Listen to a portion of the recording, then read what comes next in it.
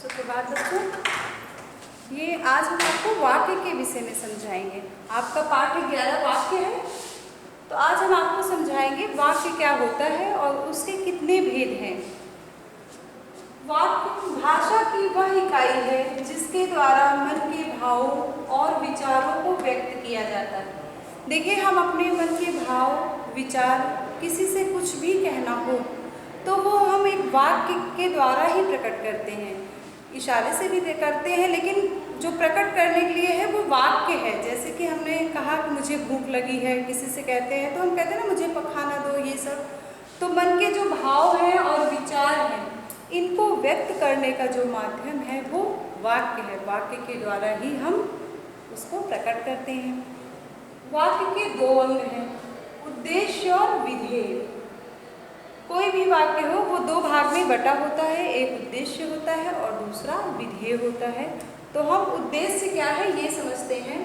उद्देश्य वाक्य का वह अंश है जिसके बारे में कुछ कहा जाता है, उसे उद्देश्य कहते हैं।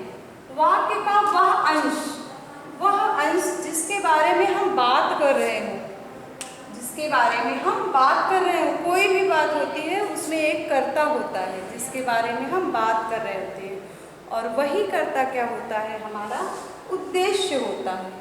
कोई भी वाक्य हो उसके बारे में, जिसके बारे में हम बोल रहे हैं, जो उसका मेन है, कर्ता है, वही उद्देश्य होता है। जैसे मैंने उदाहरण दिया है, पिताजी अखबार पढ़ रहे हैं। इसमें हमने किसके बारे में बात की है, पिताजी के बारे में।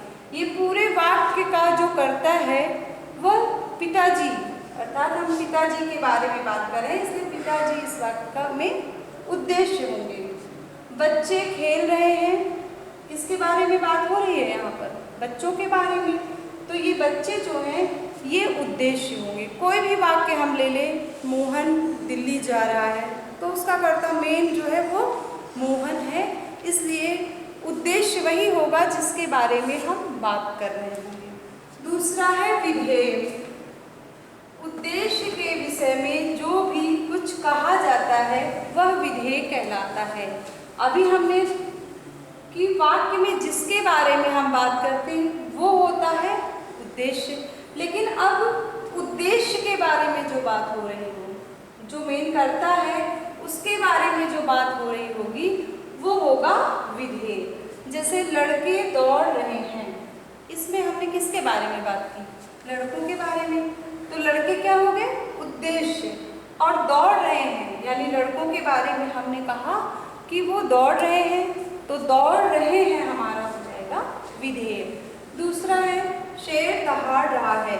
इस वाक्य में हमने शेर के बारे में बात की, तो शेर हमारा उद्देश्य होगा। और उसके बारे में हमने क्या बात की, शेर के बारे में हमने बताया कि वह दहाड़ रहा है, तो यह दहाड़ना ही हो जाएगा उसका विधेय।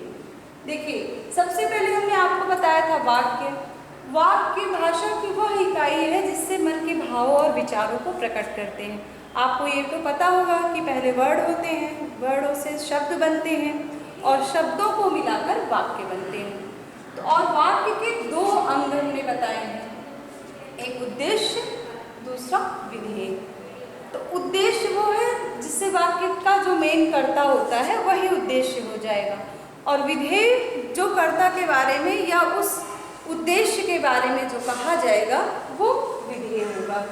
तो आपको ये समझ में आया, आगे